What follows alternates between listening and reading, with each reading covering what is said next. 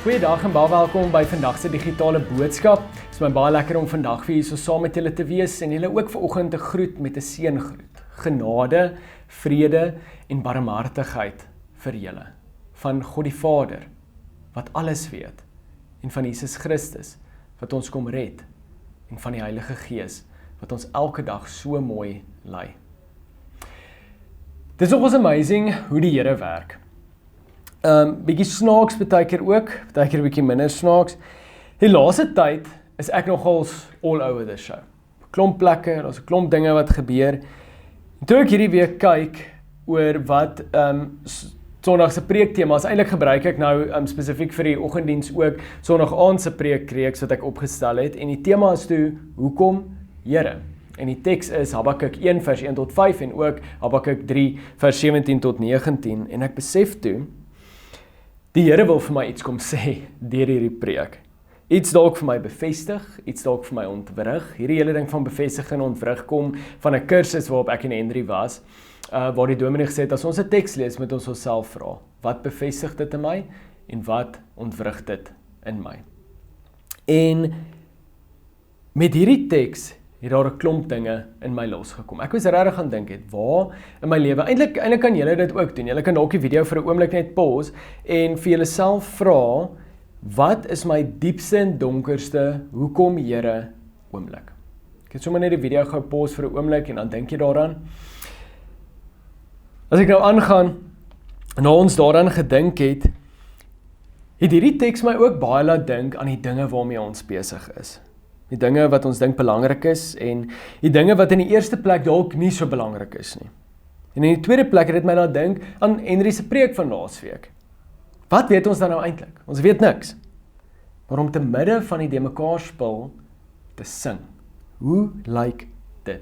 So dit was sommer net om julle vinnig in my gedagtes in te bring. Ek het die laaste ruk nou nogals redelik terugslaap beleef. Goeters wat nie uitwerk nie. Ek sal nou nie sê alles dat ek nou in 'n balletjie wil oprol nie, maar Eintlik wil ek so klein bietjie.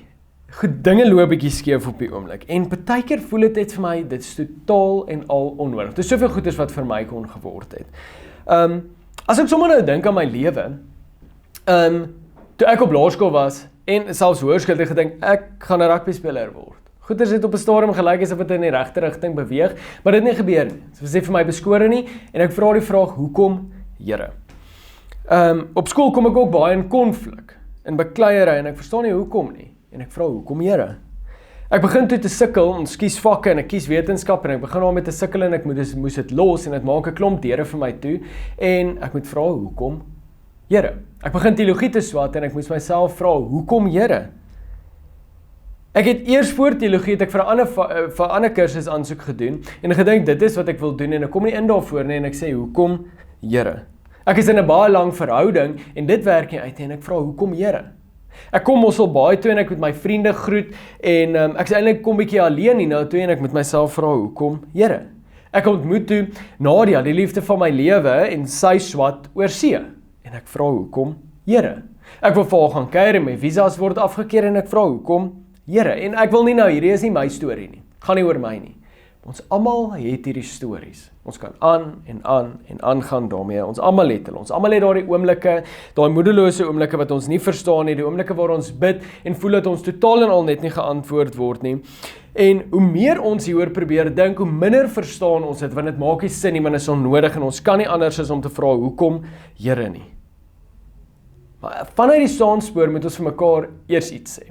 Die Here het nooit beloof dat alles maanskyn en rose gaan wees en dat al hierdie dinge wat met ons gaan gebeur, hy net gaan wegvat nie. Hy beloof nie dat die dinge waarvoor ons vra altyd dat dit altyd gaan verander nie. Hy beloof ook nie vir ons dat elke hoekom Here 'n antwoord vir ons gaan kry wat sin maak nie. Maar dit wat hy beloof is baie groter as dit. Maar voordat ons aangaan en die teks lees, kom ons bid eers saam. Liewe Here, dankie dat ons hierso kan wees. Dankie dat U ons ontmoet in ons situasies. Selfs in die situasie waar ek nou is, en dat U my ontmoet in hierdie preek, weet ek dat U ook almal in wat hierdie digitale diens luister, ook ontmoet. Here, dankie daarvoor. Dankie vir U liefde, dankie vir U genade. Here, kom maak hierdie teks vir ons oop, kom breek dit vir ons oop, kom maak ons harte oop en ontvanklik, dat ons duidelik kan hoor wat U vir ons vandag wil kom sê. Ons bid dit alles in U naam alleen. Amen. Ek gaan hierdie twee gedeeltes vir ons direk na mekaar lees. Eers Habakuk 1 vers 1 tot 5 en dan ook 3 vers 17 tot 19. So, hierso staan 'n uitspraak van die Here wat hy aan die profeet Habakuk geopenbaar het. En dan is die opskrif Habakuk se klag, onreg. Hoe lank moet ek om hulp roep voordat U hoor, Here? Moet ek by U kla oor geweld voordat U red? Waarom laat U my die onreg sien wat gedoen word? Waarom kyk U toe as daar soveel ellende is? Oral rondom my is daar onderdrukking en geweld en word daar getwis en beklei. Die wet het nie meer krag nie en daar geskied nie meer onreg nie. Slegte mense het die oorhand oor die goeies en so word die reg verkrag. Die Here het geantwoord: Kyk na die ander nasies. Julle sal verstom staan oor wat julle sien. Ek gaan nog tydens julle lewe iets doen wat julle nie sal glo as dit nie vir julle vertel word nie. En dan 3 vers 17 tot 19 wat julle baie goed ken. Al sou die vye boom nie bot nie en daar geen druiwe aan die wingerde wees nie. Al sou die olyfoes misluk en die lande geen oes lewer nie. Al sou daar geen klein vee in die kampe meer wees nie en die beeskrale sonder beeste wees. Nogtans sal ek in die Here jubel, sal ek juig in God my redder. Die Here my God gee vir my krag. Hy maak my voete soos die van 'n ribbok. Op hoë plekke laat hy my veilig loop. En dan staan daar aan die onderkant vir die koorleier met snare spel. Ek moes nou baie hard konsentreer om nie te sing nie. Hierdie verhaal bevestig vir my ongelooflik baie, maar dit ontwrig verskriklik baie ook. Want op die oomblik, as mens in daai situasie is van hoekom Here, is hierdie tweede deel verskriklik moeilik om te sê.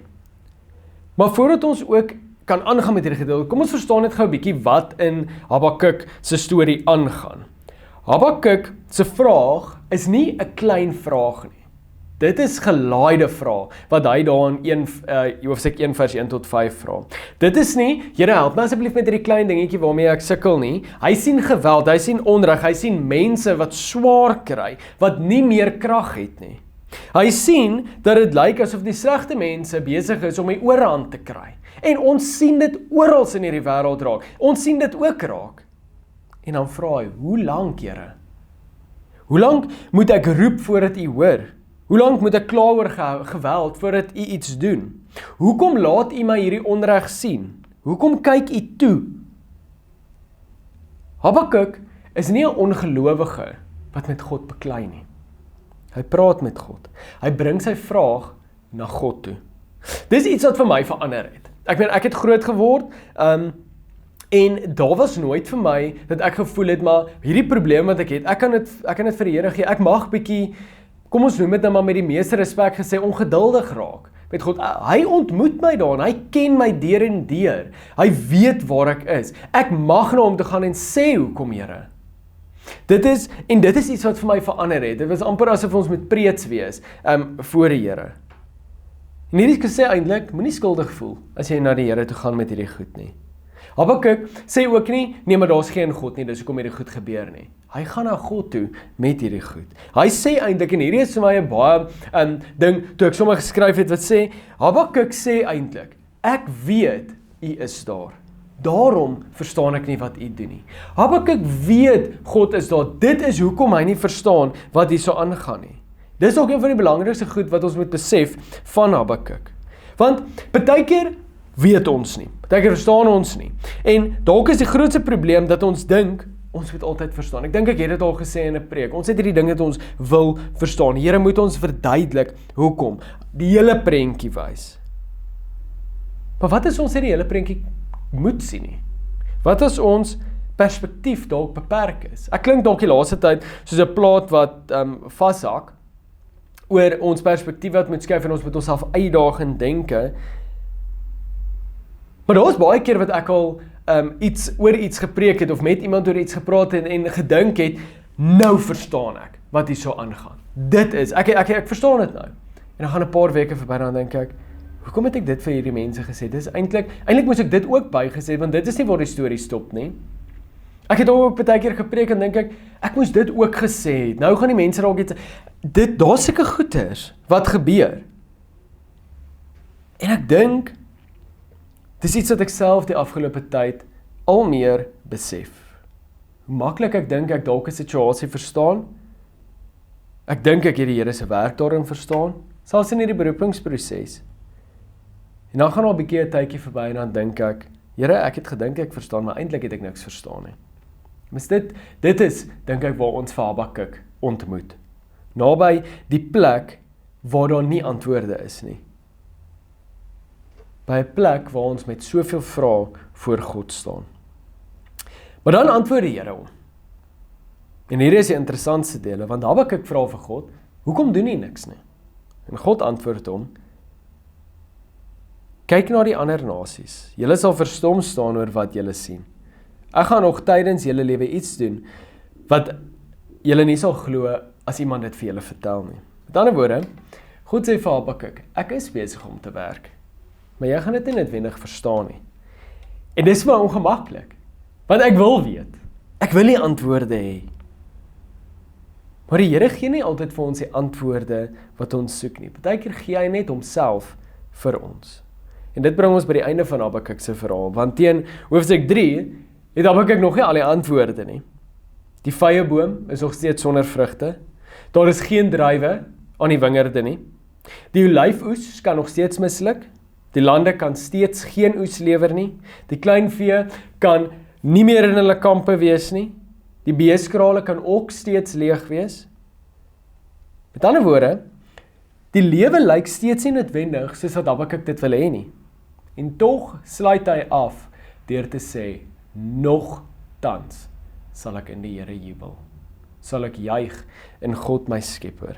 Nogtans. Daardie een woord dra ongelooflik baie waarde. Hy sê alles is nie nou reg nie. Hy sê nie alles is hy verstaan nou alles nie. Nogtans, ten spyte wat ek sien, ten spyte wat ek nie verstaan nie, ten spyte van die vrae wat nog daar is, nogtans sal ek in die Here jubel. En kyk hoe eindig hy. Hy sê, die Here my God gee vir my krag. Hy maak my voete soos die van 'n ribbok. Op hoë plekke laat hy my veilig loop. Hoekom 'n ribbok? 'n Ribbok het baie sterk voetjies. Hy kan op baie moeilike plekke loop. So dit sê eintlik, God vat nie die berg weg nie, hy rus jou toe. En dis waar hy in die verhaal ons vat. Nie dat God die moeilike terrein gaan wegvat nie, maar dat hy ons nie alleen daarop laat loop nie. Hy gee krag, hy gee voete, hy gee die vermoë om verder te beweeg, selfs wanneer ons nie presies weet waarheen die pad lei nie. En dit sê vir die koorleier met snarespel. Habakuk se verhaal eindig met 'n lied. Hy begin met hoekom Here en hy eindig met aanbidding. Nie omdat sy vrae beantwoord is nie, ons het dit nou klaar vir mekaar gesê.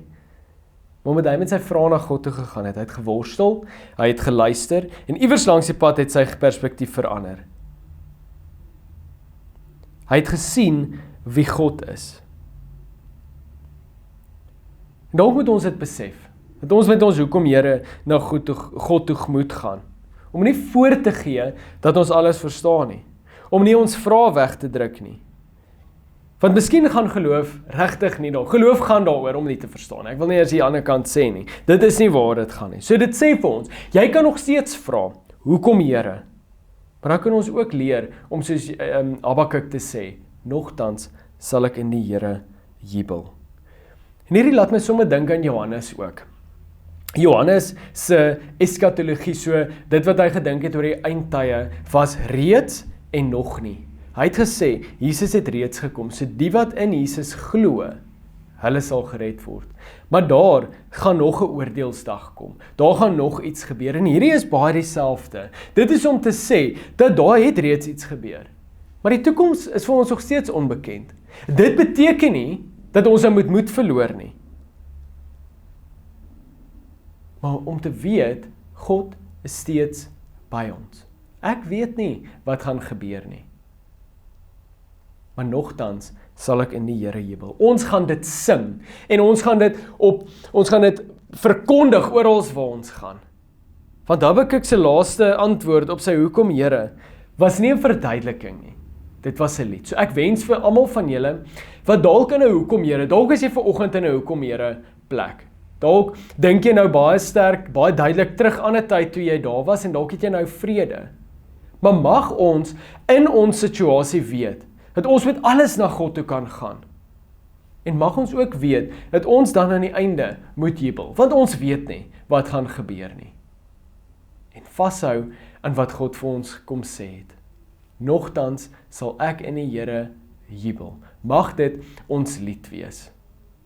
Mag die genade van God ons Vader, die liefde van Jesus Christus en die gemeenskap van die Heilige Gees by een en elkeen van julle wees. Kom ons bid saam. Liewe Here, baie dankie dat U vir ons hierdie kom sê.